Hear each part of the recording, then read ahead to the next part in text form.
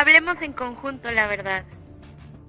El mecanismo de esclarecimiento histórico te invita a participar en el foro Procesos de verdad, memoria y justicia en México, la situación actual y los cambios que se requieren. Una propuesta desde la colectividad. El foro se compone de 6 sesiones virtuales. El acceso a la verdad en México, el papel histórico de los colectivos. Memoria y olvido. Justicia en México en torno al periodo de la violencia de Estado durante la Guerra Sucia. Delitos de lesa humanidad, el rol de las instituciones y fiscalías. No repetición, las acciones presentes y la perspectiva al futuro. Reflexiones finales. Con tu voz, Estos espacios buscan crear un vínculo entre la sociedad mexicana, las personas y colectivos que durante décadas han luchado por el esclarecimiento de la verdad. Tu participación en los foros es relevante para impulsar un diálogo que contribuya a aclarar los hechos ocurridos entre el periodo de 1965 y 1990, que cambie la historia de México. escríbenos A comisionverdadmx@gmail.com. Y dinos en qué espacio quieres participar. También puedes acompañarnos en las transmisiones que se llevarán a cabo En nuestras redes sociales.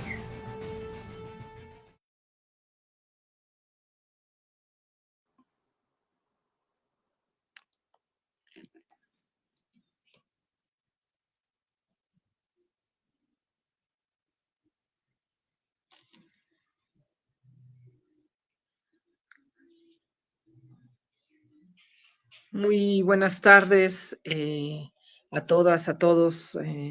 Muchas gracias por estar con nosotros, con nosotras. Hoy tenemos un programa muy especial y muy importante.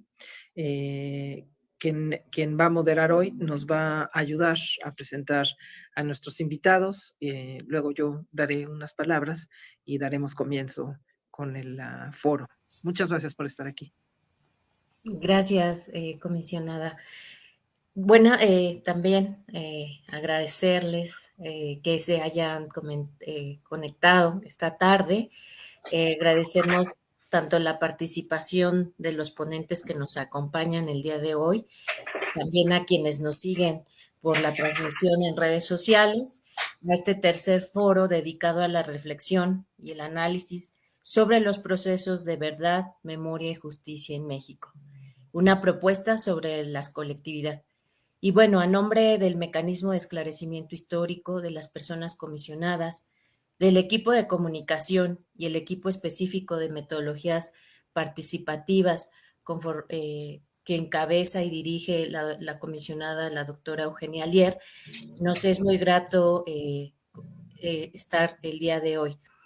Para conversar esta tarde nos acompañan el compañero Diego Lucero Estrada, el compañero Guadalupe Pérez Rodríguez y aunque estaba anunciada nuestra compañera Alicia de los Ríos, por cuestiones de salud, ella no nos podrá acompañar. Esperamos que pronto se mejore. De antemano, una disculpa por esa situación, pero era importante que la participación de ahora quienes nos acompañan, quienes han dedicado su vida a la búsqueda de memoria, justicia y verdad, no solo del caso de sus padres, de sus familiares, sino de otros compañeros y compañeras. Por parte de este mecanismo de esclarecimiento histórico, nos encontramos su servidora Gabriela Flores, que en esta ocasión estaré a cargo de la moderación. También estarán apoyando en la coordinación las compañeras Dolifeta Antunes y Karina Baltazares. Como ya se presentaba, este ejercicio se prevé realizar 6 foros de este tipo. Esta ocasión es la tercera, en la cual discutiremos sobre la justicia en México en torno a la violencia de Estado en el periodo de la Guerra Sucia. El objetivo de este espacio está destinado a escuchar las voces de las personas que han vivido la violencia en nuestro país, provocada por el Estado, cometida en el periodo de 1965 a 1990. conocido como el periodo de la Guerra Sucia. Para esto es necesario contar con la participación de aquellos sobrevivientes, así como de sus familiares, y construir espacios para la memoria a través de la escucha de sus testimonios y experiencias de resistencia y de lucha que han emprendido por décadas. Finalmente, cabe mencionar que se realizará un compendio de los temas abordados en estos 6 foros. Se harán trabajos de difusión para que puedan contribuir a la memoria, la verdad, la justicia y el esclarecimiento histórico en nuestro país. Ahora bien, queremos reiterar nuestro agradecimiento a los compañeros que hoy nos acompañan. Voy a dar paso para presentar un poco sobre su trayectoria. Diego Lucero Estrada es licenciado en Diseño Gráfico por la Facultad de Artes y Diseño de la Universidad Nacional Autónoma de México. Es hijo del líder guerrillero, el ingeniero Diego Lucero Martínez, miembro de Nacidos en la Tempestad, y es asistente en 2006 de las audiencias en la CIDH para denunciar la ausencia de justicia en los crímenes del pasado en el sexenio de Vicente Fox. Candidato a diputado federal en 2009 en Chihuahua, y es autor del libro Sueños Guajiros, Diego Lucero y la guerrilla mexicana de los años 60 y 70. Muchas gracias, Diego. También nos acompañan Guadalupe Pérez Rodríguez. Él es originario del pueblo de Tunacú de Pantepec, de la Sierra Noroccidental de Puebla. Hijo del campesino y luchador por la tierra Tomás Pérez Francisco, detenido y desaparecido desde el 1 de mayo de 1990. Ha sido integrante de los colectivos del Comité Eureka, Hijas e Hijos por la Identidad y la Justicia contra el Olvido y el Silencio y Huellas de la Memoria.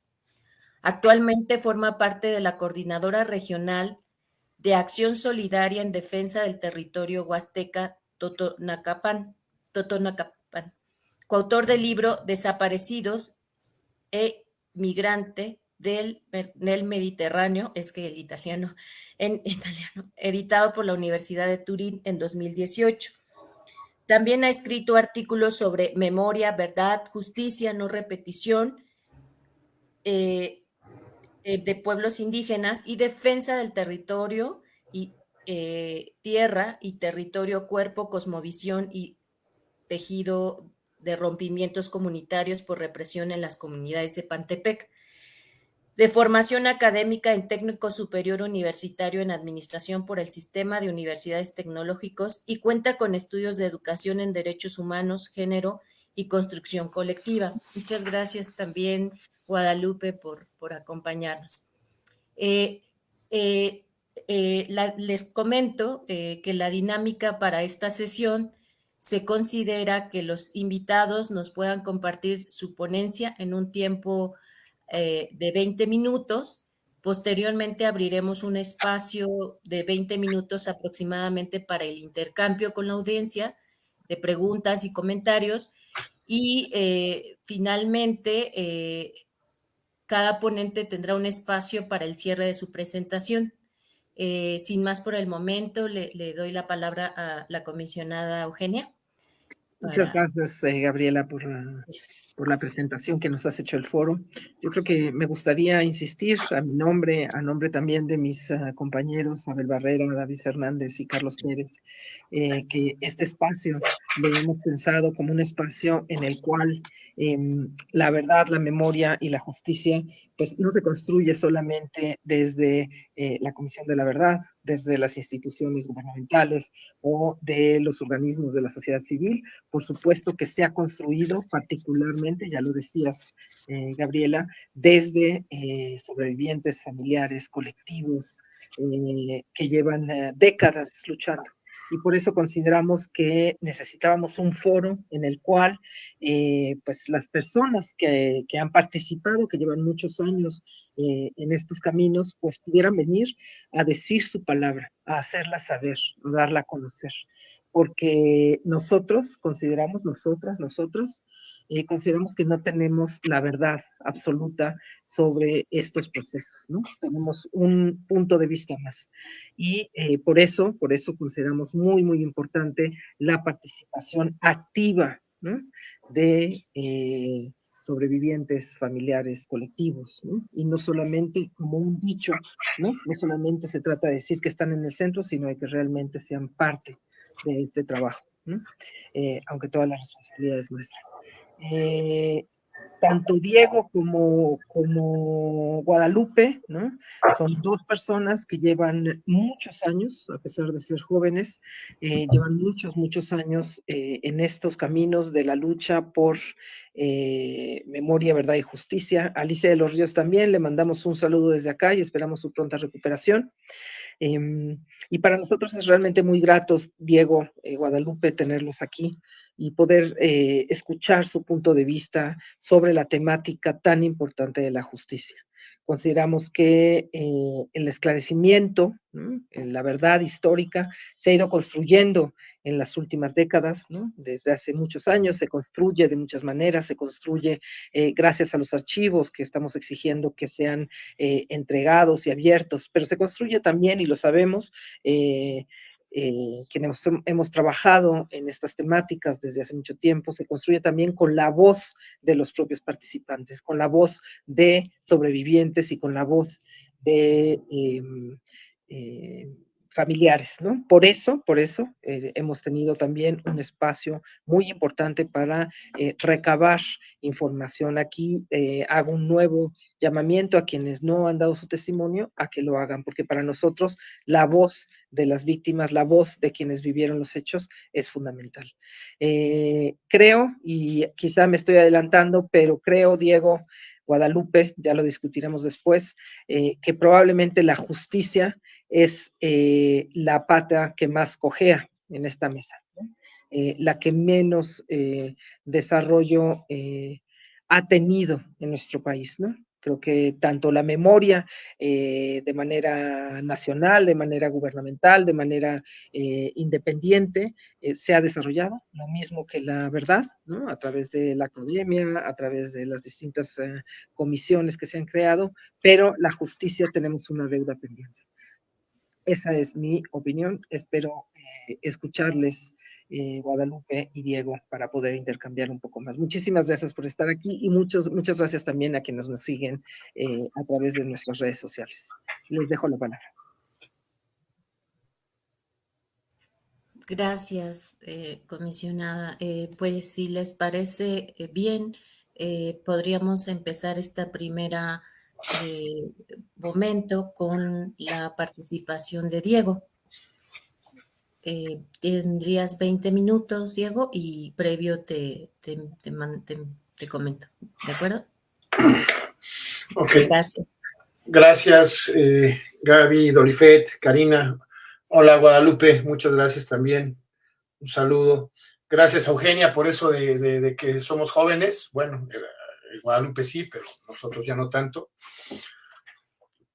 Y bueno, tengo entendido que esto es para hablar sobre la justicia en nuestro país en torno a los crímenes de lesa humanidad o delitos de lesa humanidad que ocurrieron durante la Guerra Sucia en nuestro país.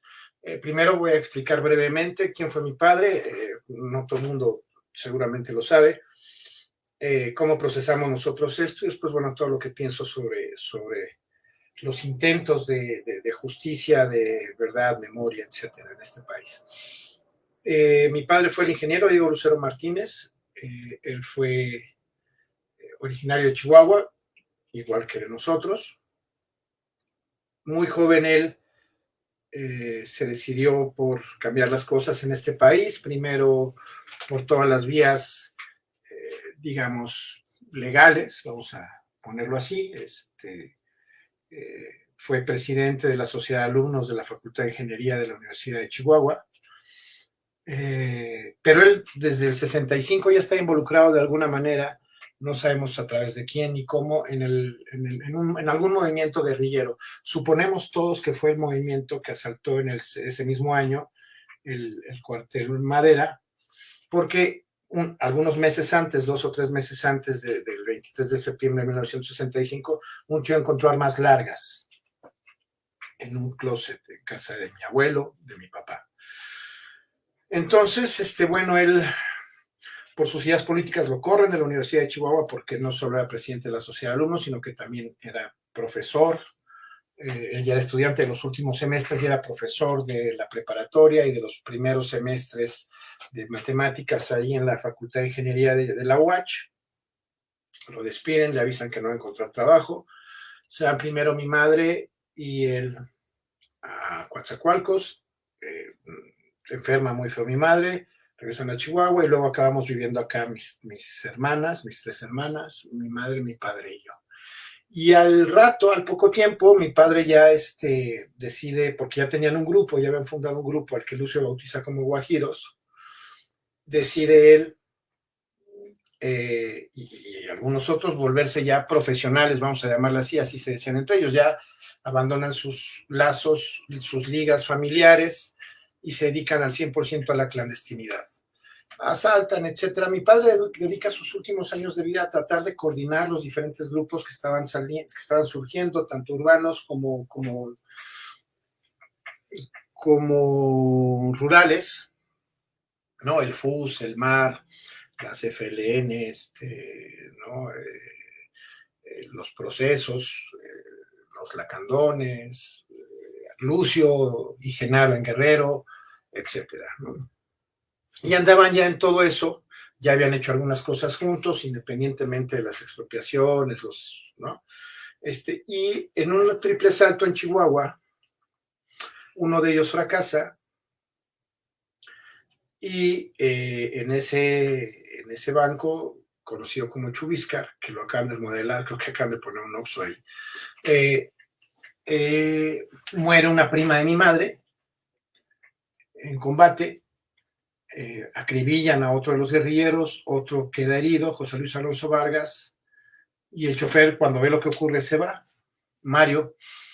Y bueno, al poco tiempo, uno de los muchachos de los guerrilleros, de los otros comandos que se habían resultado, se pone muy nervioso, su padre lo nota, lo interroga, él se pone a llorar y le cuenta toda la verdad a su padre, a consejo de su abogado, lo entrega al gobernador bajo la promesa de que no le van a hacer nada, evidentemente lo madrean, le sacan el nombre de los demás integrantes de ese grupo o de esa célula de los guajiros que estaba ahí en Chihuahua, y dan prácticamente con todos. Hay dos participantes solamente que no aprenden, uno que después cae en la Liga Comunista del 23 de septiembre, que es Adolfo Lozano.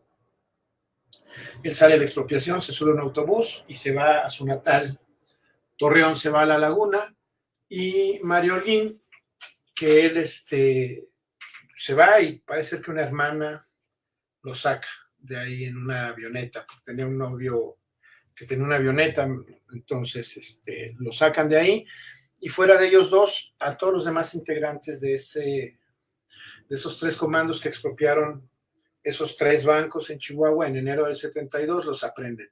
A mi padre lo detienen con vida, lo torturan, antes de eso lo carean con Marco Rascón, otro de los guerrilleros, después diputado, y lo torturan, lo ejecutan y le entregan el cuerpo a mi abuelo, condicionando la entrega del cuerpo a que no abra el féretro. Evidentemente, en la madrugada, una tía y él se deciden abrir el féretro y se dan cuenta de la brutal tortura que cometieron los agentes, el Estado, contra mi padre. A él lo asesinan por orden directa, según testimonios del gobernador. Lo ejecutan extrajudicialmente, ¿no? Y a un hermano de mi padre lo aprenden, y al poco tiempo, al año y medio, 2 años, lo exilian a Cuba a cambio de un cónsul norteamericano que secuestran en Jalisco, y a cambio de la vida de este cónsul gringo mandan a 30 guerrilleros a Cuba. A mi madre no la aprenden, de hecho ni la interrogan. Con el paso de los años supimos que no la interrogaron por mi abuelo materno, que era muy priista y era miembro de todas las logias masónicas del estado de Chihuahua, y seguramente él habló con conocidos para explicarles que mi mamá no sabía, sí sabía mi madre, ¿no? Pero bueno, les dijeron le dijeron al Estado que mi madre no sabía, que ella trabajaba, que ella era enfermera y que ella se dedicaba a cuidarnos a nosotros, etcétera, ¿no? Sin embargo, sí la siguieron más de 2 años, o 2 años, 2, 3 años, la siguieron mi mamá, acá en la Ciudad de México, desde los rumbos de Mixcoac, que es donde vivíamos, hasta su hospital, donde ella trabajaba en Azcapotzalco, siempre iba escoltada por una patrulla grandota, de esos carros viejos, grandotes, cuadrados, que tenían unas antenas, nada discretos. Entonces, mi mamá siempre iba muy segura, sabiendo que no le iban a hacer nada, al menos no otros, ¿no?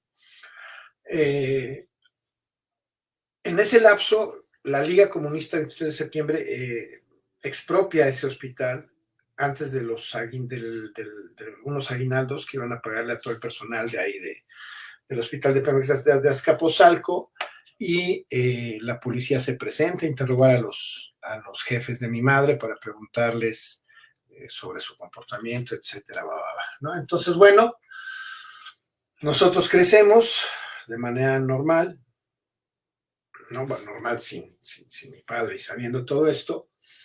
Siempre estuve yo orgulloso de ser hijo de quien soy, no solo de mi madre, sino digo, de mi padre, sino también de mi madre. Y bueno, yo me abstrae mucho, yo me dediqué muy fuerte al deporte, jugué voleibol, después fui entrenador, jugué, digamos, más o menos a buen nivel, mi trabajo, mi escuela, me casé, tuve hijos, pero en el 2005 nos buscan de una fundación que nosotros no sabíamos que existía, que se llama Fundación Diego Lucero, para que metiéramos el caso de mi padre a la Fiscalía Especial para Movimientos Sociales y Políticos del Pasado que creó Fox, la famosa FEMOSP. Y aún sabiendo de toda la transparente estupidez de este señor y sabiendo que no iba a ocurrir nada en ese periodo, con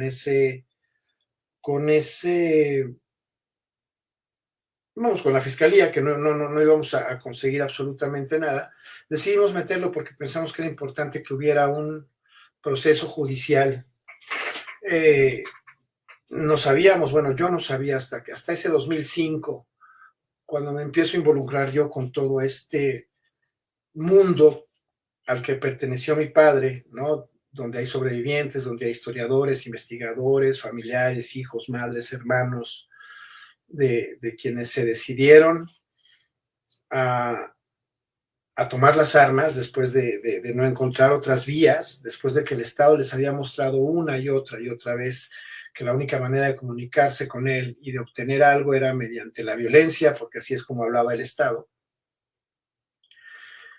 Bueno, me corresponde ir al AGN, al Archivo General de la Nación, a ver lo que tenía sobre mi padre. Y ahí encuentro muchas cosas. Por la misma actividad de mi jefe, lo mencionaban en todos lados, por todos los grupos. Fui y había una cantidad de fichas impresionantes donde lo mencionaban, pero no me podían entregar todo porque muchos de esos archivos ya formaban parte de investigaciones de la misma fiscalía. Entonces me dieron algunas cosas, pero entre las cosas que me dieron una notificación enviada por Luis de la Barreda, en donde el mismo gobierno, digamos que declara que detuvieron a mi padre con vida. Él da su nombre, detuvimos al ingeniero, asaltabancos, Diego Lucero Martínez casado, que nos dijo que está casado con tal, que es padre de tales, vive en tal lugar, hijo de tales, que entró al banco con una carabina o con una pistola no sé qué, con un pañuelo y que ha tenido contacto con otros guerrilleros. Ahí da unos nombres reales con otros ficticios, aunque ninguno de los nombres que manejaban todos ellos, ya lo sabemos, eran nombres auténticos, ¿no? Eran nombres revolucionarios que ellos se ponían precisamente por motivos de seguridad. Entonces, el mismo Estado, a pesar de que en el 72 defendió y promovió la falsa versión de que mi padre había muerto en un enfrentamiento, La realidad de las cosas es que sabíamos que lo habían asesinado de manera impune. Hoy sabemos que eso es una ejecución extrajudicial y ese delito no está tipificado en nuestro código penal, ¿no? Eso es algo que tenemos pendiente y que tenemos que hacer, porque si un policía utiliza una pistola que pertenezca al Estado, eso ya es una ejecución extrajudicial. No se diga si es un gobernador que utiliza toda la infraestructura, todos los recursos materiales, humanos, económicos, como lo hizo Óscar Flores Sánchez, para violarle a mi padre el más elemental de los derechos, que es el derecho a la vida. Entonces, bueno, cuando salgo del AGN, yo decido escribir un libro y empecé a tener un como reencuentro con lo que fue mi padre. Yo sabía, siempre estuve orgulloso, siempre lo conocí, pero sabía muy poco, ¿no? Sabía que eran los líderes. A él lo mencionaba Carlos Montemayor, a él lo mencionaba Julio Scherer, a él lo mencionaba Elena Poniatowska en Fuertes el Silencio. Había algunos pesquines ahí que lo mencionaban y en todos lados lo mencionaban como alguien importante, pero nadie se había dedicado a escribir su vida o su obra o todo lo que hizo, ¿no? Entonces, bueno, en ese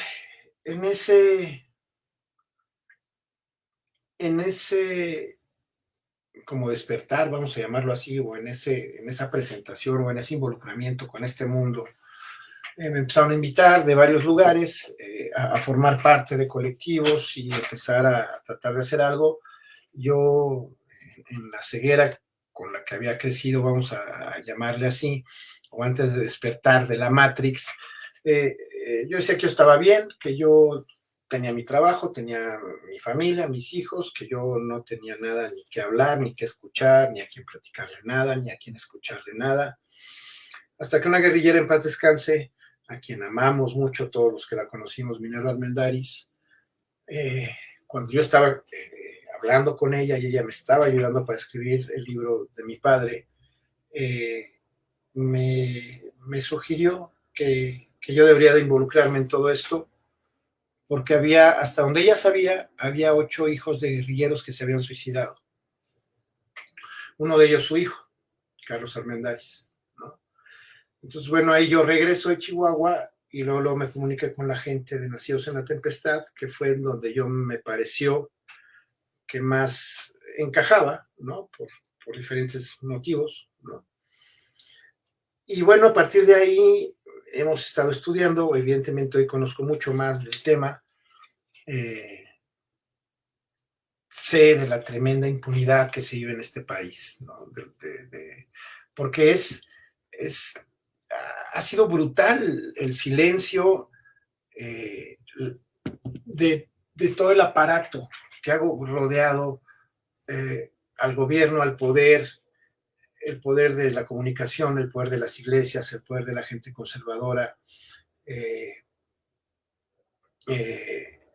Siguen idolatrando a gente como Garza Sada, gente que cayó como si fuera mucho más importante Eugenio Garza Sada que cualquiera de los cientos de asesinados en Tlatelolco, ¿no? Entonces, ha permeado una verdad, que es la que conoce la mayoría del pueblo de nuestro país, porque si uno le pregunta a la gente, les aseguro que 9 de cada 10 personas no saben quién es Lucio Cabañas, ¿no? Y no saben lo que se hizo. Las notas de nuestros padres aparecían todas en la nota roja, las noticias, asaltabancos, avigueos, secuestradores, terroristas, bueno, nunca decían los motivos que los orillaron a tomar una decisión muy difícil, una decisión que iba a ir acompañada seguramente, y ellos lo sabían, de dolor, no solo para ellos, sino para quienes los amábamos, para quienes los rodeábamos. Entonces, ahora conozco de que en muchos países de América Latina se ha castigado a los culpables, incluso a presidentes, ¿no? Videla, al mismo Pinochet, con todo y la reacción del pueblo chileno, o de esa parte del pueblo chileno que lo idolatra, toda esa parte acomodada, conservadora, que habla bien de él. Es un pueblo polarizado, como todos los pueblos en América Latina, porque así son nuestras sociedades. A raíz de la colonia somos sociedades brutalmente polarizadas. No es que alguien nos polarice, es que la pobreza polariza, ¿no? Entonces, la pobreza extrema, conviviendo a 1 metro de la opulencia brutal y descarada, ¿no?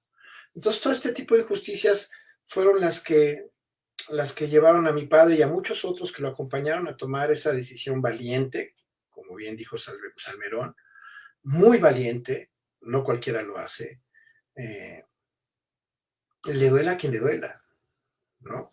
Y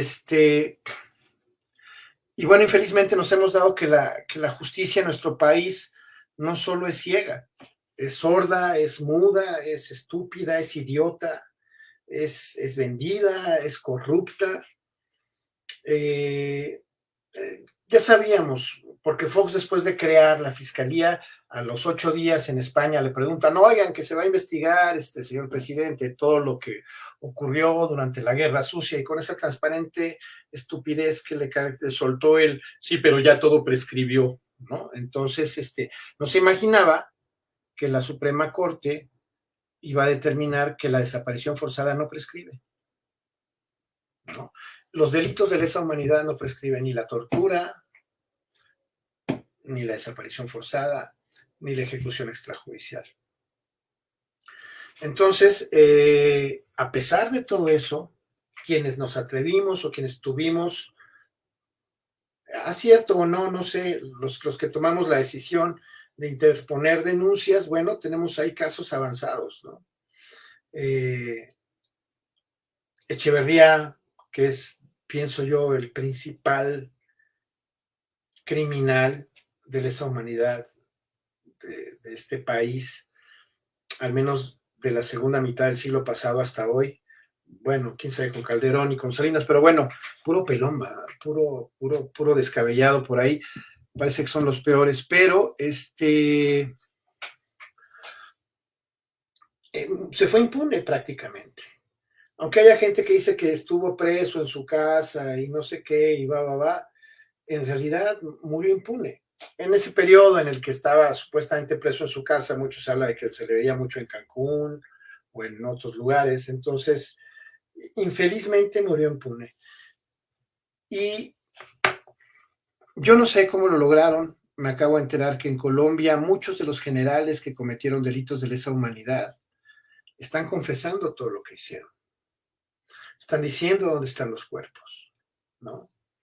Todo esto viene a cuenta, esto último, porque con el reciente, no sé cómo vamos de tiempo, pero con el reciente, con este gobierno que estamos viviendo, en el que, si bien no es de izquierda, o pienso yo que no es de izquierda, también pienso que nos gobernaba la derecha extrema, y que si queremos llegar a la izquierda, bueno, en algo nos acerca a estar más hacia el centro, nos complica menos las cosas. En un principio, bueno, tomaron una determinación tardía, porque pienso que esta Comisión de la Verdad se debió de haber creado iniciando el sexenio, al mismo tiempo que se creó la de Ayotzinapa. Yo entiendo que por lo reciente de lo de Ayotzinapa, lo brutal también de lo que hicieron, Andrés Manuel políticamente tomó sus prioridades y creó esta comisión para investigar, conocer la verdad, castigar a los culpables, ¿no? Rescatar la memoria, procurar la no repetición, etcétera, hace 2 años, o un año 8 meses, o 1 año 9 meses, no sé, algo así. Bueno, nos hemos dado cuenta que la investigación histórica, el trabajo de los comisionados es algo muy valioso, porque siempre es muy importante conocer lo que ocurrió.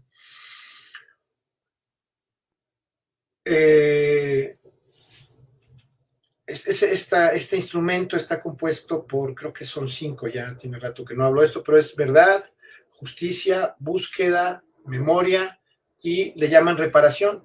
Yo siempre he insistido en que no nos pueden reparar a nosotros, porque yo nunca voy a ser el mismo que hubiera sido con mi padre a un lado. Cuando uno repara un radio, le quita un bulbo de los viejitos, le ponen otro, está reparado y funciona igual. Nosotros nunca vamos a funcionar igual. Entonces, vamos a llamarle indemnización, compensación, como quiera que se le llame. La verdad, están haciendo un buen trabajo los investigadores, ¿no? Con sus cosas, todo es perfectible, digamos, ¿no? Pero eso, algo importante en este aspecto es que mucha gente que no se había atrevido a hablar y a salir del anonimato por miedo, por todo lo que vivieron, o por un miedo a una estigmatización social que también se da, ¿no? Porque antes no estaba como, como muy bien visto todo esto, ¿no? Socialmente hablando.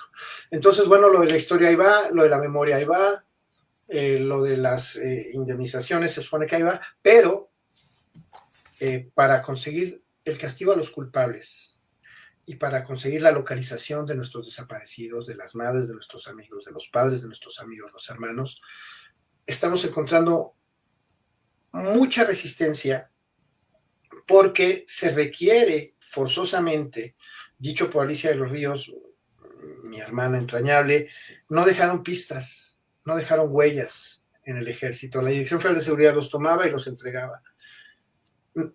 Para poder conseguir todo eso necesitamos que los directamente involucrados que queden con vida hablen, y como eso conlleva castigo para ellos, porque son unos criminales, es muy complicado que en este país se haga, porque los pactos de silencio en este país son brutales.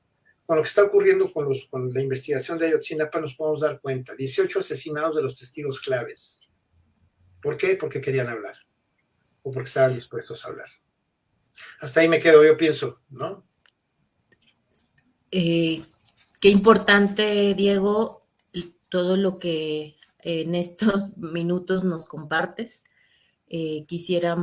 Dejas ahí la puerta para continuar con la discusión respecto a todo este trayecto que has tenido tú y tu familia y muchos compañeros, y que te parece bien en la segunda ronda continuamos. Ahora Claro. cedemos la palabra a Guadalupe. Guadalupe, tienes 20 minutos. En el momento yo te aviso. Gracias, gracias, Diego.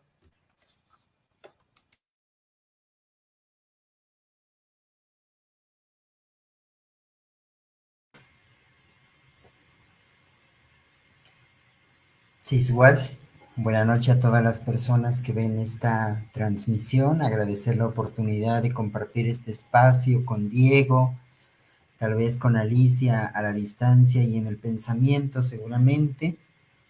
Y pues a quienes han organizado este espacio y han hecho los anteriores, pues agradecer el tiempo, el corazón que le van poniendo a todo este proceso. Creo que más allá de las lecturas que en lo individual o muy en lo particular podamos hacer al respecto, de si llega tarde o no llega tarde, si coincido con esa apreciación. Me parece que es algo que tal vez debió de haberse instaurado mucho antes para que el tiempo no jugara en contra. Antes de empezar a compartir algunas ideas, reflexiones que pues indudablemente no son de manera individual, sino que han sido parte del esfuerzo, del diálogo, de la plática, de la escucha, con muchas y muchos que nos antecedieron en este caminar, que ahora seguimos con ellas y ellos, y pues también quienes nos siguen desde otros mundos. Primero, recordar que un día como hoy, pero del 30 de septiembre de 1978, alrededor de las 11 de la mañana, fue detenido y desaparecido Valentín Fernández Zamora en su casa, en la casa de sus papás, allá en Tecamachalco, en el estado de Puebla. Y pues decir que además de que era parte de la Casa de Estudiantes, de que tenía una posición política, de que luchaba por el mundo que él consideraba justo y por todas las opresiones y realidades que se daban principalmente con obreros, con campesinos, pues Eso fue, entre muchos otros, las circunstancias de su desaparición. Decir que él, cuando fue detenido, tenía 25 años de edad, que iba a ser papá y que pues no sabía que un hijo suyo venía en camino. Por lo tanto, su hijo pues nació en la ausencia de su padre, y es como también de estas historias que tal vez no conocemos mucho, pero que son importantes y son necesarios que sepamos para que también recordarnos como sociedad pues todo lo que ha implicado esta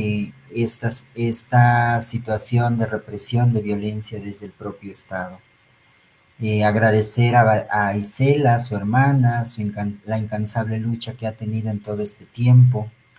Reconocer también a su hijo Valentín por encontrarse con su historia y por ir reconstruyendo un poquito ese tiempo en el cual no ha estado físicamente con su padre.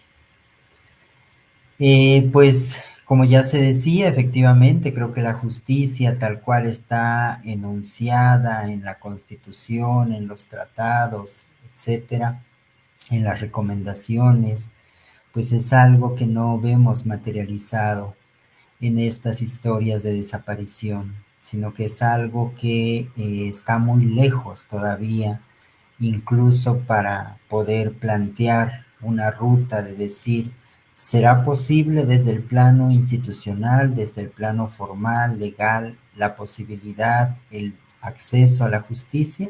Y es como para irnoslo preguntando si materialmente esto podrá ser así, dado que muchos de los responsables pues han muerto impunes, se han llevado no solamente lo que sabían, lo que hicieron, sino que también y sobre todo se llevaron pues la información que tenían de las personas desaparecidas, y eso sí es más que un reto, es algo que no lo podamos, no es una pieza dentro del rompecabezas que no lo vamos a poder recuperar. Entonces, por eso preguntarnos si esa justicia es la que va a llegar, si esa justicia es la que es posible, más allá de las discusiones y de las reflexiones tal vez un tanto más académicas o desde la perspectiva de derechos humanos, de ir planteando como diferentes enfoques de la justicia. Sí, creo que también este espacio de tener una comisión de la verdad, un mecanismo de esclarecimiento histórico, pues primero que nos diga como sociedad qué es lo que pasó, que el Estado mexicano admita los hechos que ocurrieron, la participación de las distintas fuerzas de seguridad, de los medios de comunicación, de el alto clero, y de cómo también pues imperó la narrativa justo de lo que ya decía Diego anteriormente, de la criminalización, de la estigmatización. Y creo que algo que a veces también todavía tenemos es como esta parte hacia las familias que quedan en su demanda de verdad, de justicia, pero sobre todo cuando hablamos de desapariciones forzadas, pues esta demanda de saber dónde están, y de que en la medida en que siga habiendo personas desaparecidas, pues difícilmente podremos hablar de una transformación real, profunda, si no se empieza a poner el ojo, a ir saldando aquellas deudas históricas. No solamente la justicia social, también es la justicia de saber, de conocer estas historias y todo aquello que ha ocurrido. En este caminar de la justicia, pues obviamente sabemos que muchas personas desafortunadamente murieron y se fueron con ese pendiente por parte del Estado mexicano, y pues es algo que no lo podemos tampoco obviar, y que si en algún momento nos planteáramos a quienes el Estado mismo le debe esta justicia, pues indudablemente que es a quienes empezaron este caminar. En nuestro caso, a mi abuela María del Pilar Francisco Luis, a mi madre Juana María Rodríguez, y pues sin olvidar las familias, las doñas, las madres, las hermanas, las esposas de las y los desaparecidos desde décadas anteriores. Entonces ha sido un caminar que también hemos empezado a recorrer. Recuerdo que mi abuela fue la que presentó la denuncia por la desaparición de mi papá el 7 de mayo de 1990, y algo que ocurrió de esa justicia pronta y expedita que nos marca la Constitución y sus múltiples reformas que le han ido haciendo, pues sucedió que el 8 de marzo de 2000 esa denuncia fue archivada por atipicidad, argumentando que el delito de desaparición no estaba tipificado en el Código Penal del Estado de Puebla. De ahí pues ha seguido, digamos, para ir sintetizando tal vez el tiempo, el recorrido que ha significado esto, pues ha seguido también la negativa durante varios años posteriores a 2000 de decir que sí se tenía la denuncia. Y fue hasta abril de 2009 que por fin pudimos conseguir una copia de esa denuncia para que pues ya nada más fuera nuestro relato, nuestro dicho frente a una institución del Estado, sino que más bien que fuera precisamente lo que ellos hicieron, pero sobre todo lo que ellos no hicieron, porque ahí, por ejemplo, quien le tocaba hacer la investigación por la desaparición, pues era el comandante de la Policía Judicial, Mario Romero Papaki, pero este mismo comandante estuvo participando en la represión que se dio en la comunidad de La Sabana hacia finales de 1989, y ya también cuando a principios de 1990 se dieron diferentes detenciones, pues él también estuvo participando en el rancho Las Palmas, que fue el lugar que la Asociación Ganadera Local destinó como su lugar de operaciones para dar esta represión que finalmente llevó a la eliminación de esta comunidad. Al día de hoy la comunidad de La Sabana no existe, solo en la narrativa de nuestras abuelas, de nuestros abuelos y de quienes huyeron para poder sobrevivir, pues es quienes saben que esta comunidad existió como muchas otras más, querían existir, peleaban su derecho a vivir, a tener sus tierras, pero pues la represión les llevó a no ser eso. Pero pues también decir que esto no es algo que surgió de manera aislada, sino que fue un plan que se dio sobre todo en las comunidades campesinas, y por eso cuando se habla de guerra sucia, pues ahí también surge algún comentario, alguna pregunta y alguna invitación a pensar eso, no solo hacia los movimientos armados, sino también hacia los movimientos sociales, los movimientos campesinos. Y creo que algo que también desde esa perspectiva nos falta reivindicar y reconocer es la participación de mujeres y de hombres de pueblos indígenas que tuvieron una participación dentro de esos procesos de lucha contra las opresiones, y que además habría que agregarle también un componente de racismo, de discriminación estructural e histórico. Entonces, creo que es pertinente tener este tipo de diálogos para que podamos de viva voz dar nuestra palabra, nuestro pensamiento, nuestro sentir, que nos permita ir conectando con las diferentes racionalidades, con otras experiencias que se han tenido, para ir juntando precisamente, creo, esos dolores, pero también esas resistencias, que no solamente nos quedemos narrando el horror, sino también celebrando y reconociendo la vida de quienes no están. Porque creo que en síntesis algo que nos conecta es como esa lucha por la vida, en sus diferentes formas, en sus diferentes apreciaciones y en sus diferentes territorios.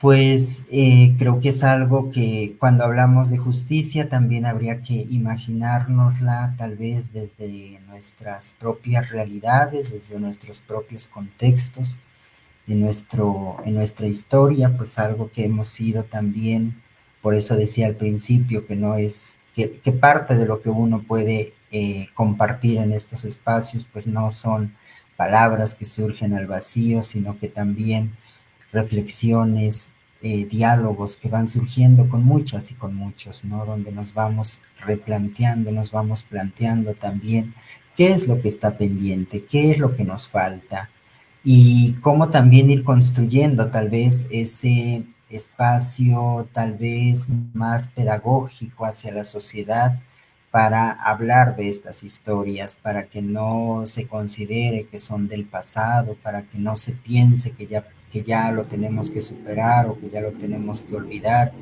y que bueno, que tal vez había una justificación por la cual el Estado mexicano actuó de esa manera. Es algo que creo que nos lo debemos como sociedad y es algo en lo que tal vez estaremos insistiendo para decir también cómo poder hacer la reconstrucción o el retejido de los rompimientos en las comunidades, porque estos crímenes, esta represión, pues no buscaba solo la eliminación de una persona en su ser individual, sino la eliminación de una persona en su ser colectivo y los colectivos y las comunidades también. Entonces creo que también habría que pensarlo desde ahí y también desde ahí imaginar la justicia que más social, tal vez más desde las comunidades, tal vez más de largo, de mirada más profunda quizá, ¿no? Para que no nos quedemos solo en la parte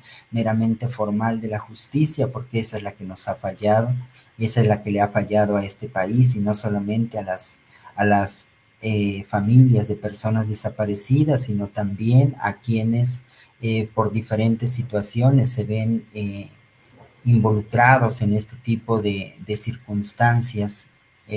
Por lo tanto, pues creo que también es importante mirarlo desde ahí. Y ya por último, para ir cerrando esta primera parte y que no nos lleve más tiempo, pues también incluso ir dentro de esta relación de verdad, de justicia, de algo que le llaman reparación, que desde mi perspectiva creo que más bien habría que replantearlo, porque coincido con lo que ha expresado Diego. Reparas un objeto, un vehículo, la casa misma la vas reparando, pero creo que a las personas no es lo que les aplicará, que si bien entiendo es parte del estándar en derechos humanos, pero también ese estándar no tiene que ser inamovible, no tiene que ser como una camisa de fuerza, sino que también tendríamos que estar repensando la misma reparación, sobre todo cuando estamos hablando de mucho tiempo, de décadas, viviendo por un lado la incertidumbre, por un lado la rabia por la impunidad, pero también así a la par, pues viviendo y celebrando la vida de quienes no están. Puede sonar un poco contradictorio, pero creo que si lo miramos de fondo no tiene nada de contradictorio, porque eso es lo que nos permite sostenernos en este caminar. En ese sentido, pensaría que tal vez el punto que nos lleve es a sanar las heridas, a ir curando el cuerpo, pero también el espíritu, a no separar como la emoción del pensamiento, del corazón, porque pues finalmente también es parte de las afectaciones que se dan, y no solamente mirarlo también en una cuestión desde la individualidad, sino más bien irlo pensando también en la parte más colectiva, en la parte en nuestro caminar, pues desde las comunidades, desde donde es necesario ir haciendo los retejidos, y por eso también decimos que cualquier proceso de verdad, de búsqueda, de justicia, tiene que pasar precisamente por retejer aquellos rompimientos. Decíamos desde nuestra racionalidad como pueblo totonaco que una forma de hacer esa sanación, de hacer ese curar individual, pero también colectivo, es dejar de tener miedo. Y creo que para dejar de tener miedo, pues implica muchos otros procesos que se tienen que ir dando.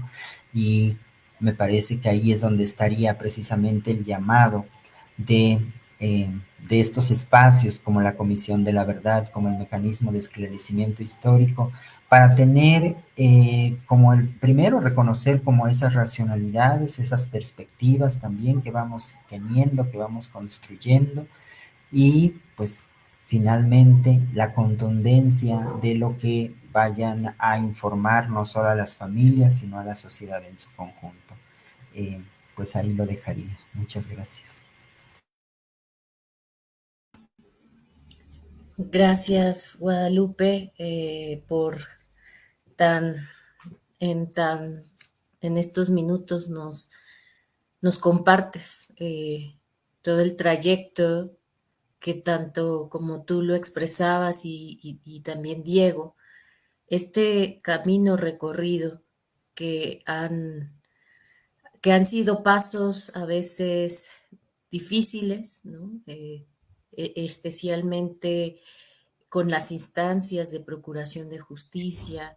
Ya los dos señalaban, ¿no?, cómo en los marcos judiciales carecen de tipificaciones, de normas, de una claridad sobre la ejecución misma, y que ha sido una cuestión que no avanza y que genera una deuda, y como bien lo comentaban, es una deuda de justicia para las personas que ahora no nos acompañan, pero también de sus familias que con grandes esfuerzos y con eh, una lucha incansable han podido denunciar públicamente y han hecho y han logrado además que, por ejemplo, ejercicios como sean posibles, la creación de otras leyes respecto a la desaparición, a la tortura, siempre ha sido gracias al fruto, a los esfuerzos, a la lucha que ustedes han encabezado. Y bueno, por esa parte me parece importante retomar respecto a esto que mencionaban. Ahora bien, para quienes nos siguen en esta transmisión, los invitamos a nos envíen por mensaje a las redes sociales alguna pregunta o comentario. Por ahora tenemos dos, ¿me escuchan ahí? ¿Está bien? Ok, sí. Dos comentarios que nos hacen llegar, voy a proceder a leerlos para darles nuevamente la palabra a ustedes. Nos escribe María Estrada Gámez. Saludos, querido Diego, todo mi cariño y admiración para usted. Lichita, Romeo y todos los combativos hijos que no olvidan, no perdonan y no dejan de luchar por la verdad y por la memoria, por la justicia.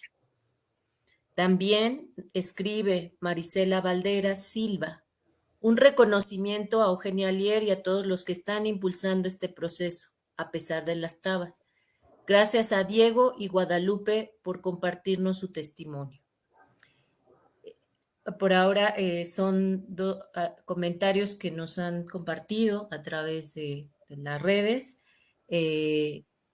Decirles, seguir invitando a los compañeros a que nos hagan llegar sus preguntas, sus comentarios para compartirlas con nuestros ponentes. Quisiéramos recuperar y reconocer todo el esfuerzo y toda la lucha que ustedes han emprendido durante décadas y nos es muy importante varias cuestiones que van señalando respecto a este proceso de justicia, que sigue pendiente, es una deuda que cada vez en cada gobierno tras gobierno, ha ido entorpeciendo más ciertos procesos. Ya nos compartías, Guadalupe, ¿no? Todo lo que han tenido que pasar las familias, procesos de discriminación, de estigmatización y especialmente cuando se trata de comunidades indígenas, campesinas, que estas cuestiones siguen siendo, de las que siguen siendo objeto las familias. Eso es muy importante que se resalte en estos espacios todas las luchas sociales que emprendieron en diversos lugares de este país por la justicia social, la lucha que sus padres, eh, como el padre de Diego, el ingeniero Diego Lucero Martínez, tu padre, el padre Guadalupe, el señor Tomás Pérez, que buscaban una vida más justa para todos y todas. Y ese ha sido el motivo de tal represión. Eh, es muy importante lo que nos comparten. Les cedo la palabra para pues continuar. Quisieran agregar algo a esto que ya nos compartían. Esta vez, si les parece bien, podemos empezar en el orden inverso, darle la palabra a Guadalupe, este, eh, para comentarnos algo sobre, ampliar algo sobre lo que nos compartía. Adelante, Guadalupe. Muchas gracias nuevamente y pues creo que efectivamente siempre es necesario como seguir hablando de estas historias, pero también como en esta cuestión de la vida. En ese sentido, pues comparto a quienes ven y verán próximamente este programa, pues que cuando hablamos de la violencia en las comunidades, de la represión que se vivió, pues no fue algo de manera aislada, no fue también que solo los grupos caciquiles de ganaderos tuvieran ese tipo de actuación, sino que más bien fue de cómo desde el poder político se les permitió, se les dejó que actuaran de esa manera, pero sobre todo por la interrelación que hay entre el poder político y el poder económico en aquellos tiempos, principalmente si pensamos en Puebla, como uno de los gobernadores, Guillermo Jiménez, pues era parte del grupo de ganaderos de la región de Huauchinango. Entonces, pues eso también puede explicarnos por qué todo este tipo de situaciones se dieron en las comunidades. Y el que tengamos estas comunidades al día de hoy, pues también pasa por reconocer que fue resultado de muchas luchas, pero también de mucha sangre que se quedó en el camino. Y eso creo que es algo que no tenemos que perder de vista, no solamente quienes estamos aquí, sino quienes vendrán más adelante para saber lo que ha significado ese tipo de luchas en las comunidades. También, pues, indudablemente que es preciso y es necesario, pues, hacer ese reconocimiento desde la sociedad, ¿no? Para decir, no fueron situaciones aisladas, y así como ahora lo podemos referir en las historias cuando hablamos de las desapariciones de los últimos años, pues no es que estuvieran en el lugar equivocado, no es que tuvieran la culpa, sino más bien no dejar de reconocer que efectivamente había una decisión, una política establecida, instaurada para hacer todo ese tipo de dinámicas. Y pues así como veíamos recientemente que uno de los aspirantes a ser candidato en la Ciudad de México, por ejemplo, nos decía, no, es que yo no estuve en la desaparición. Pues no, pero la desaparición tampoco la podemos pensar en un solo acto. Las desapariciones las tenemos que pensar también en sus complejidades y en sus múltiples procesos que llevan y para la eliminación total de las personas y eso pues implica que participarán muchos actores, muchos serán necesarios que estén ahí, no solamente, por eso hablamos también no solo de los responsables materiales e intelectuales, sino que también por eso referimos a los cómplices, porque también hay una red que actúa para que no haya sanción, para que no haya justicia, para que no haya verdad. Y ahí sí podríamos decir que hay una interacción muy activa de diferentes instancias, pero las instituciones no son en abstracto, las instituciones las forman personas de carne y hueso que dejan de hacer, que no solamente actúan desde la omisión, sino muchas veces desde el conocimiento de que si eso no lo hacen, si no hacen bien lo que les toca hacer, pues saben que se está abriendo camino hacia la impunidad y en ese sentido, pues a quedar bien con el sistema político, con el sistema económico que no permite esas molestias que tal vez se pudieran estar planteando. Lo dejaría ahí, muchas gracias. Gracias, Guadalupe.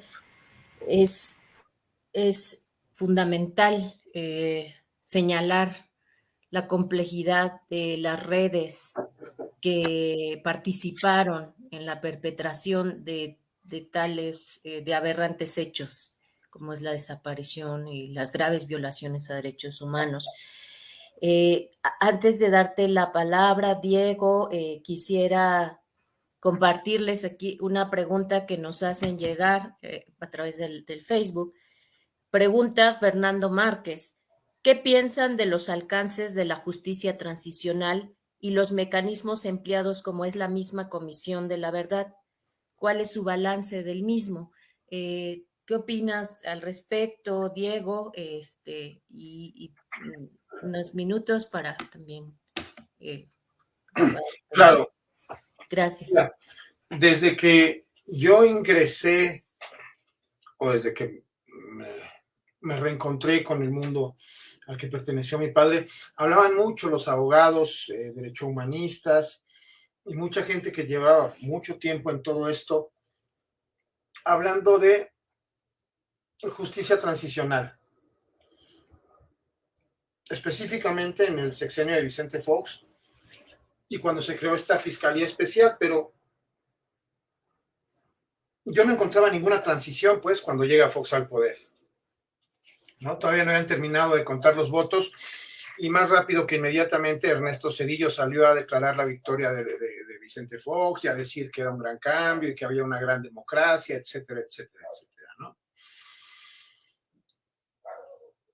Pienso que con la llegada de Andrés Manuel, después del fraude del 2006, después del fraude del 88, después de muchas cosas, ahorita sí deberíamos de estar teniendo un acceso a justicia. Eso sería una transición real, ¿no? Y yo pienso que es muy complicado que consigamos justicia. Como bien lo decía Guadalupe, muchos están muriendo. Dice Guadalupe, es que tenemos que plantearnos si la vía es una justicia a través del Estado. Es que yo no encuentro otra, ¿no? O sea, se han creado en Chihuahua después de la ejecución extrajudicial de mi padre y que se ejecutó a otros 2 guerrilleros de los que cayeron, de todos a los que torturaron. El pueblo se organizó, se creó el Comité de Defensa Popular y crearon hicieron todo un juicio ciudadano sobre el gobernador y sobre Luis Echeverría, que era el presidente en turno, y etcétera, ¿no? Y se les declaró culpables, ¿no? La sociedad los declaró culpables. Pero hasta ahí. Era algo que no trascendía, ¿no? No salía en los periódicos, no los que lee la gente, no salía en no sé dónde, no sé. Vamos, necesitamos encontrar las vías para que las cosas cambien de verdad, ¿no? Y no puede ser algo que sea automático. nadie es Dios, ¿no? Para conseguir todo de manera automática. Deberíamos de vivir una sociedad mucho menos obtusa, menos conservadora, menos cuadrada, más abierta, pero infelizmente no la tenemos. Lo mismo ocurre, por ejemplo, con los procesos de memoria, ¿no? De la memoria nos hemos encargado nosotros. Yo por eso escribí el libro sobre mi padre. Por eso todos nos hemos dedicado en el colectivo en el que estoy, mis hermanos Fritz, Alicia, Alejandra, Romero, todos, Micaela, todos nos dedicamos a difundir la vida, los hechos, la lucha de nuestros padres y los crímenes que cometieron con ellos, ¿no?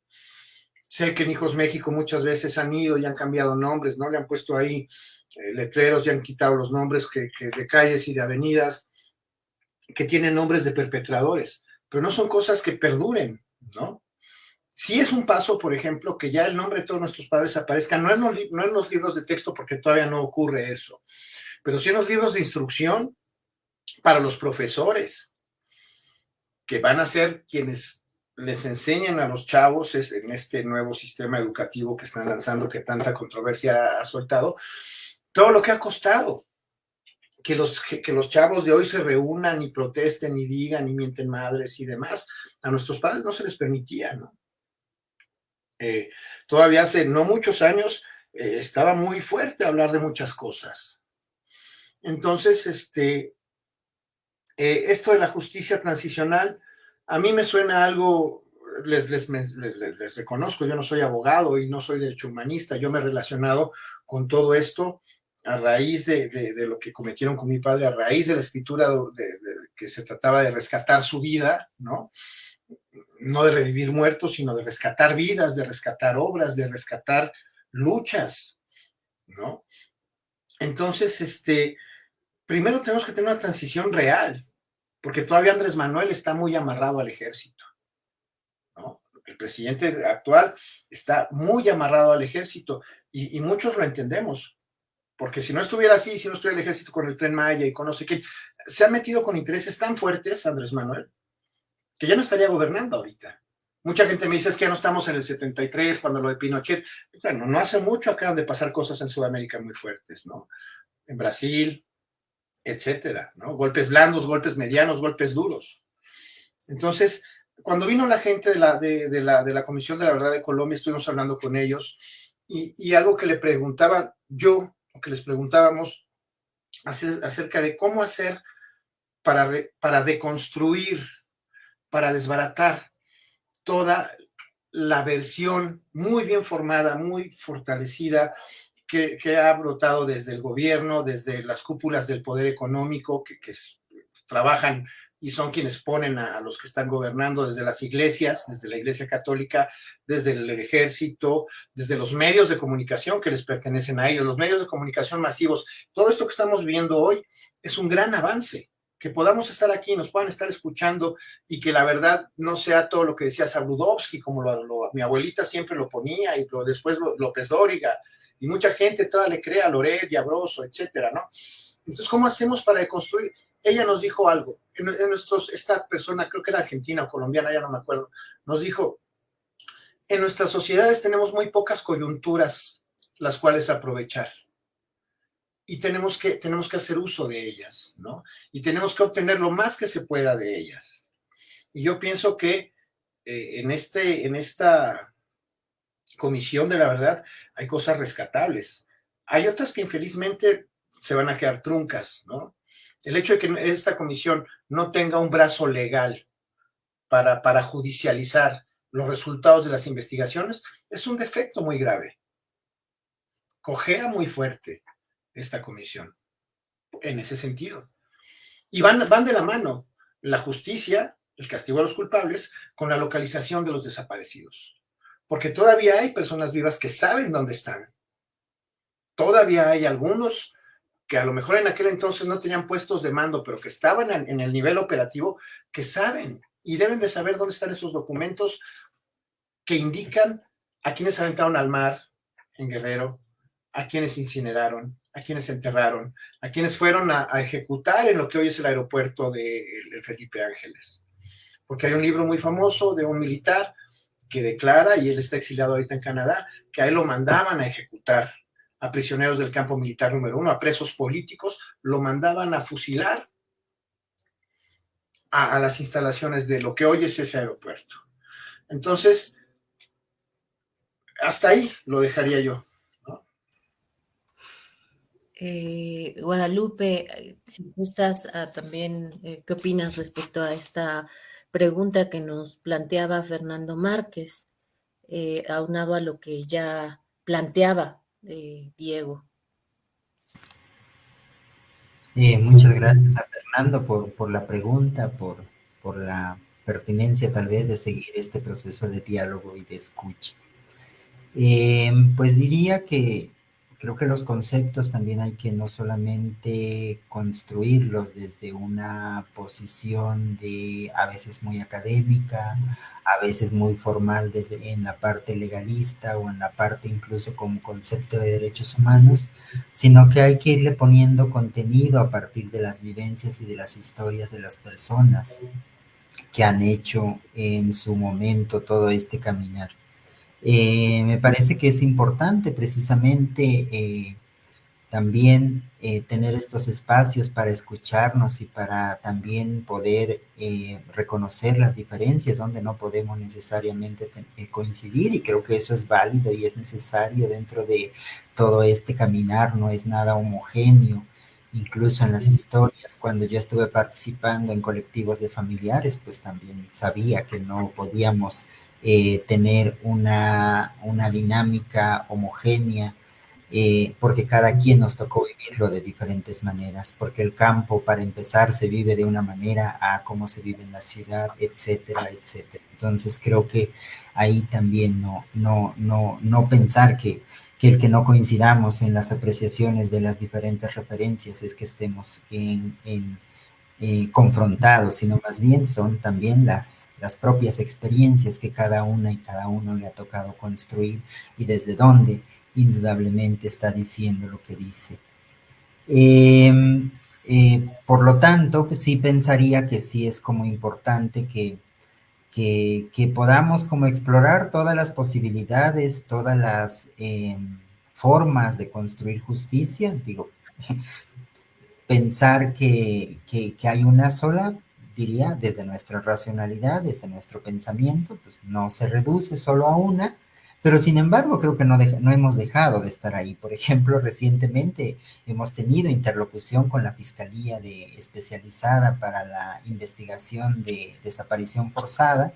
¿Y pues por qué? Porque ahí está la averiguación previa por la desaparición de mi papá. Entonces, así como decimos que hay que explorar otras alternativas de todos aquellos conceptos e irles dotando, incluso irles actualizando, porque a veces nos podemos quedar con conceptos que fueron construidos en otras realidades y que quizá ya no sean tan pertinentes para el momento de ahora, o también que fueron conceptos que han sido construidos desde historias, referencias de otras latitudes, pero quizá la particularidad, la forma en cómo se mira la vida en otros espacios, pues quizá también ahí digan, pues esto me suena también, o esto le podemos agregar, incorporar, etcétera. Pero sobre todo como esta cuestión de podernos escuchar. Y a veces no es lo mismo que, que, que, que podamos hablar, pero si no hay esa posibilidad de la escucha, pues creo que difícilmente vamos a poder comprender desde dónde se están diciendo las cosas y cuáles son las intencionalidades que se van planteando, porque creo que en el fondo también buscamos que la justicia sea aquel camino que diga, que vaya planteando precisamente, construyendo, sembrando la no repetición, porque en la medida en que tampoco lo miremos hacia allá, pues pareciera que seguiremos caminando solamente en círculos y ahí pues sí es como algo que creo que no queremos hacer, o al menos quienes desde nuestra perspectiva no es algo que quisiéramos dar. Muchas gracias. Gracias, Guadalupe.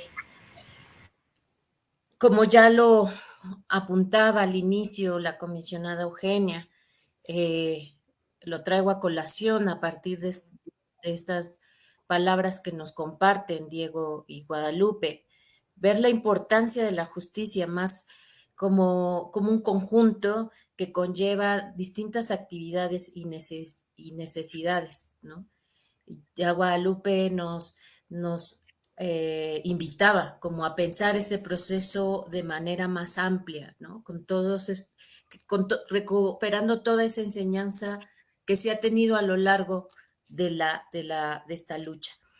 Y sobre todo, este foro y este espacio del día de hoy nos deja, a través de sus ideas y sus opiniones que hoy nos comparten, pues pensar sobre todo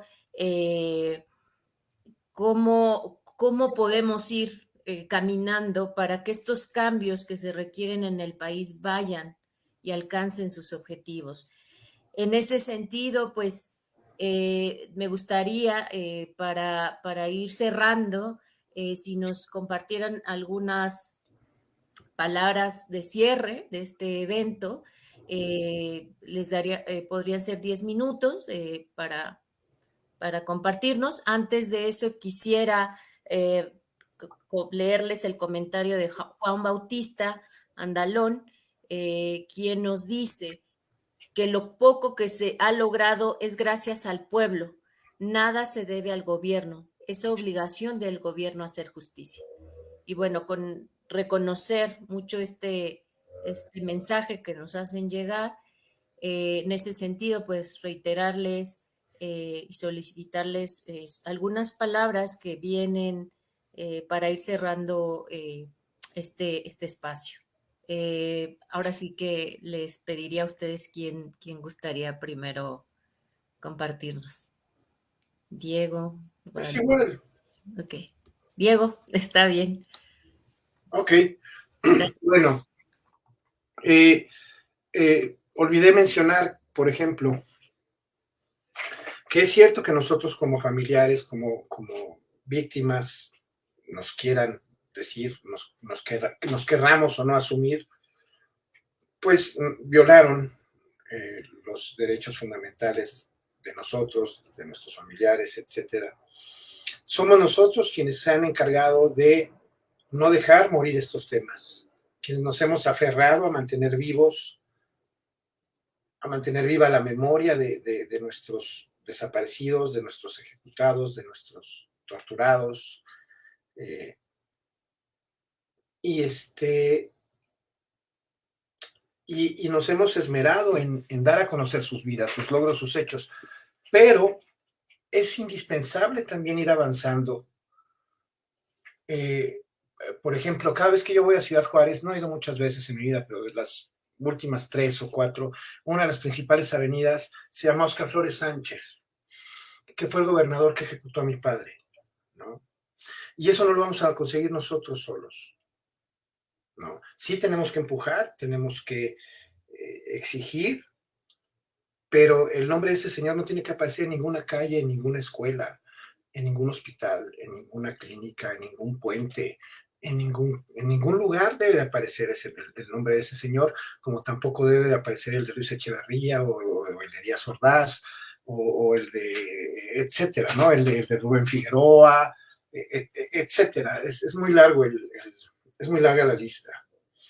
Y se tiene que conseguir eso de manera oficial, ¿no? Entonces, no vamos a dejar de exigir, de luchar, de ser intransigentes en conseguir todo lo que implica la justicia, ¿no?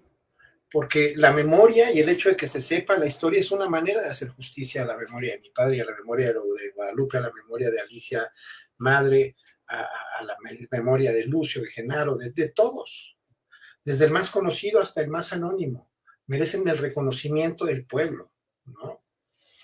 Los que queden con vida de los perpetradores, de los criminales, tienen que entender que no le hicieron un favor al país y que no fue un sector de la sociedad, como lo dijeron en el campo militar número 1, fue a toda la sociedad en general.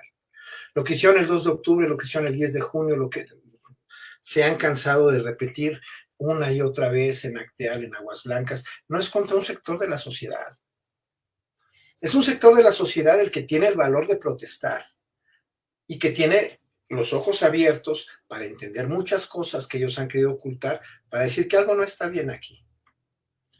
Entonces, por parte de nosotros, no va a haber cansancio jamás en esa terquedad de exigir que queremos justicia integral en todos los sentidos, castigo a los culpables, localización de nuestros desaparecidos, esclarecimiento histórico, indemnizaciones, ¿no?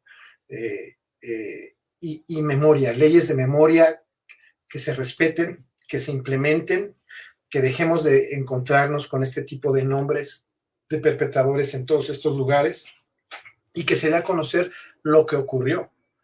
Porque hoy a mí me han dicho que el sacrificio de mi padre fue una estupidez, lo que él hizo y no sé qué, que qué manera tan tonta de morir, que no consiguieron nada, que no ganaron. Y yo no estoy de acuerdo, porque sin el dolor y la lucha de todos ellos, estén con nosotros o no, de manera física, sin ese sacrificio y esas muertes, ese rastro de dolor que se quedó, sin ese sacrificio, sin esas luchas de todos ellos, hoy no tendríamos ni siquiera el México que tenemos hoy. Entonces, es muy importante todo esto y que se les reconozca sobre todo a ellos porque, por ejemplo, se habla mucho y con toda justicia, ¿no? De toda la lucha de Rosario Ibarra y de las señoras que la acompañaron, de su hija que está en la CNDH, de muchos de los que lucharon, pero yo casi no escucho que se reconozca a su hijo Jesús, por ejemplo, ¿no? Entonces, todo ello lo tenemos que retomar, no quitar el dedo del renglón, y aquí seguiremos pues exigiendo todo ello. Hasta ahí me quedo. Gracias, Diego. Guadalupe, por favor, unas palabras de cierre. Pues primero decir que si bien es cierto que el derecho a la verdad y la justicia, pues en un primer momento corresponde a las familias, a quienes han vivido de manera directa esta situación, pero también pensaría que tendría que ser una demanda social, porque en la medida en que esto no solo se convierte en una historia individual de le pasó a, sino nos está pasando a todos y a todas como sociedad, creo que ahí también es importante no perderlo de vista. Entonces yo diría que sí, que no dejemos esas demandas solo a las familias, sino que es a la colectividad. Y creo que también es una forma de construir comunidad. Asimismo, pienso que la construcción de las memorias, y lo digo así como más en plural, como donde puedan donde se puedan entremezclar las diferentes historias, memorias grandes, memorias chicas, memorias de largas, como también decimos en las comunidades. Creo que va a ser algo que tenemos que hacer todo el tiempo, y porque al final pues ha sido la memoria la que nos ha sostenido en este caminar cuando los días se han vuelto tristes, cuando los días están demasiado nublados. Por lo tanto, pues sí, pienso como que desde ahí también lo tenemos que ir construyendo. Y creo que este caminar también lo tendríamos que hacer entre muchas, entre muchos, sobre todo cuando pensamos que tal vez vamos despacio, pero en la idea de que queremos llegar lejos. Y ese llegar lejos pasa porque no haya más corazones tristes en este país, en este mundo. Pasa porque no haya más madres, padres, familiares que se van de esta vida sin saber de los suyos. Y pasa también porque no haya más personas que tengan que enfermar del cuerpo por todo lo que implica el cansancio, el desgaste, toda esa lucha. Y pasa también por construir experiencias, por construir aprendizajes. No solamente nos sirve una parte como declarativa desde las instituciones, sino que también en la medida en que se va construyendo ese aprendizaje que sea útil para las historias que están a un lado de las nuestras. Y pues ahí pues viene como primero un reconocimiento a quienes han decidido caminar de este lado, a quienes al día de hoy lo hacen desde la Comisión de la Verdad, desde el mecanismo de esclarecimiento histórico, la comisionada, los comisionados, pero también los equipos de trabajo que están poniendo el cuerpo y el corazón, me parece, en este proceso. Esperemos así se traduzca en el informe que nos vayan a dar, no solo a las familias, sino sobre todo a la sociedad, para que de muchas maneras podamos seguir, yo digo sí imaginando, pero no no imaginar solo como tenerlo como una referencia, sino que algo que hay que ir precisamente aterrizando en la realidad cotidiana de las personas.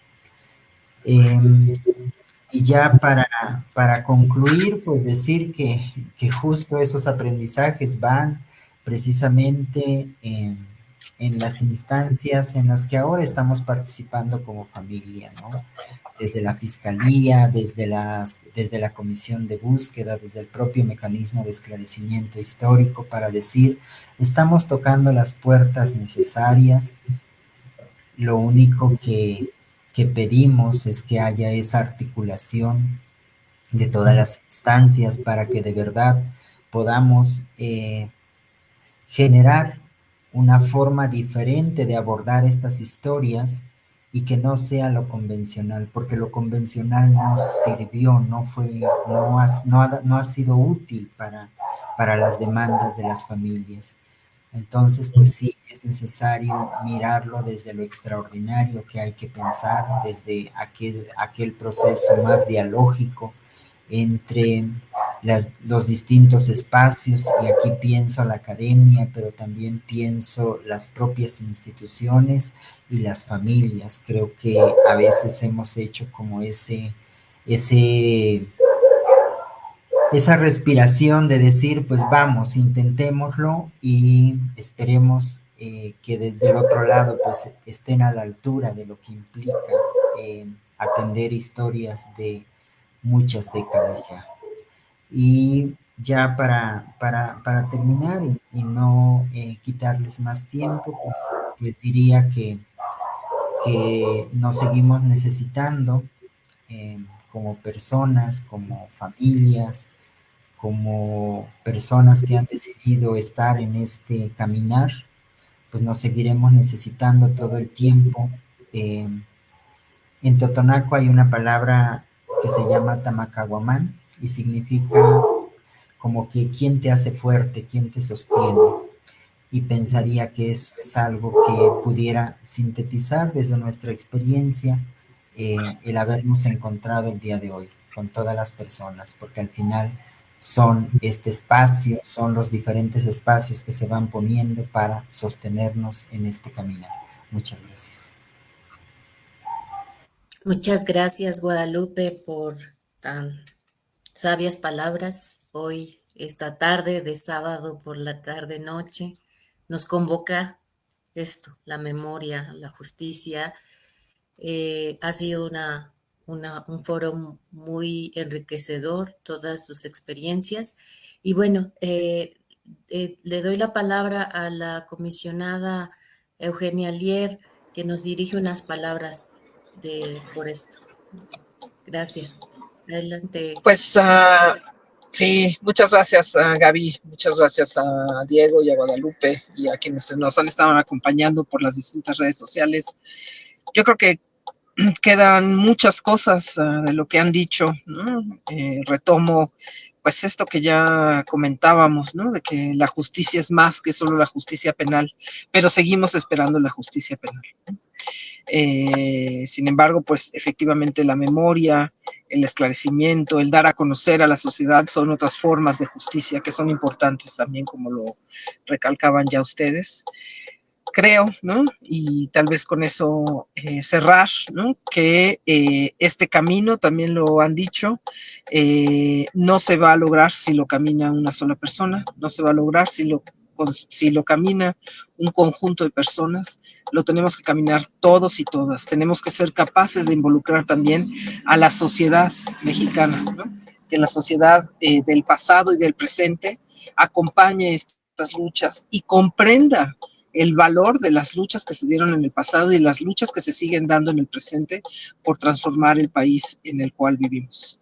Así que con eso pues doy las gracias a quienes nos han seguido y los y las convoco para los siguientes foros y para que nos acompañen en todo el trabajo que tenemos que seguir haciendo. El lunes es 2 de octubre, no se olvida, y habrá que salir otra vez a las calles en todo el país para recordar las masacres, las graves violaciones de derechos humanos que hemos conocido en nuestro país desde hace más de 50 años. Muchas gracias.